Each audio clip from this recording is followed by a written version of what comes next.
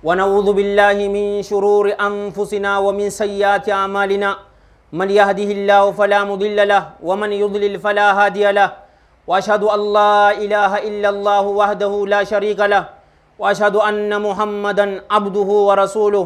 يا أيها الذين آمنوا اتقوا الله حق تقاته ولا تموتن إلا وأنتم مسلمون يا أيها الناس اتقوا ربكم الذي خلقكم من نفس واحدة وخلق منها زوجها وبث منهما رجالا كثيرا ونساء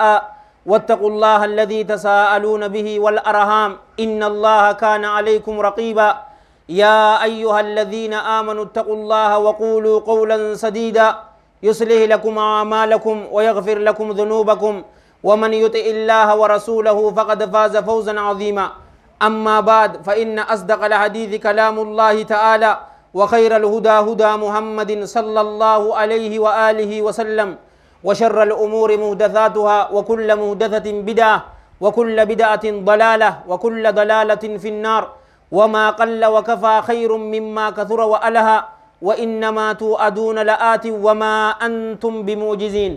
ثم أما بعد جالوانك يك إسلاما متى درين قباداف إسنيك أبدأ في وقل رب زدني علما يا ربي كيا بكم سنادبري تجچرتي ديمتي جچو خطبانتين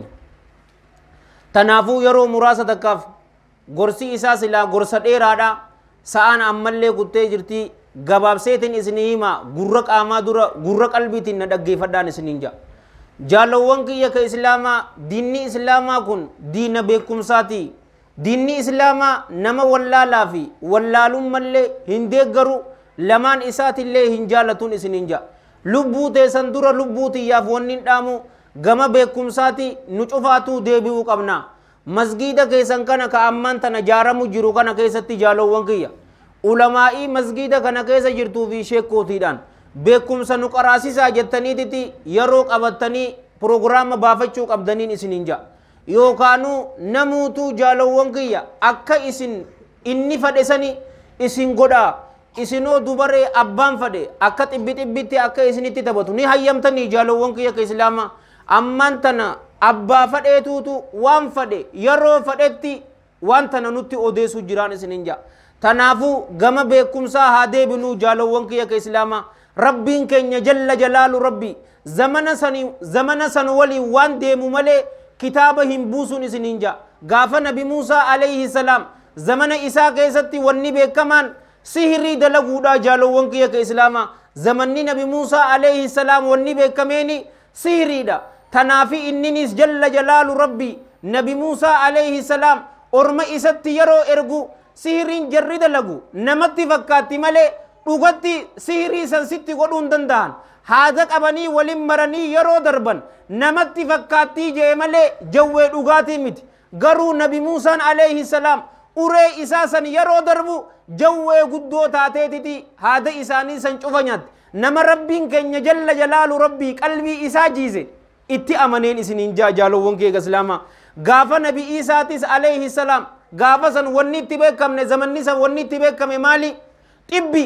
doktorummaani beekamanii jaalowwan kiyya miilli namaa kun yoo cabe akkamitti nama tajaajilanii ni beekan ture garuu nabi Isaa alayhi salaam mu'jizaa guddoo saniini itti dhufee jaalowwan kiyya ta isaa abbaan fadhe jaalowwan kiyya namni tokko yoo ammaan tan ija dhabe abbaan fadhe ija san isni deebisuu hin danda'u inni ammoo fadhinnaa rabbiitiin jalla jalaalu rabbi harkuma isaatiin yeroo akkanatti isa tuqu ijji isaani deebitiif inuma tanarra guddoo nama du'e jaalowwan kiyya ka islaama namni kaasu ni jira obboleeyyan kiyya inni fadhinnaa rabbiitiin jalla jalaalu rabbi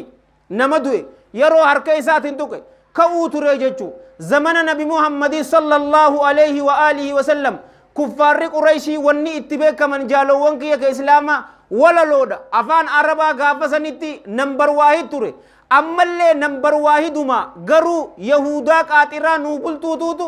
akka tokkoffaa hin taane goote malee afaan arabaa jaalowwan kiyya jechi tokko qofa yoo lugaa afaan arabaa qaraatanii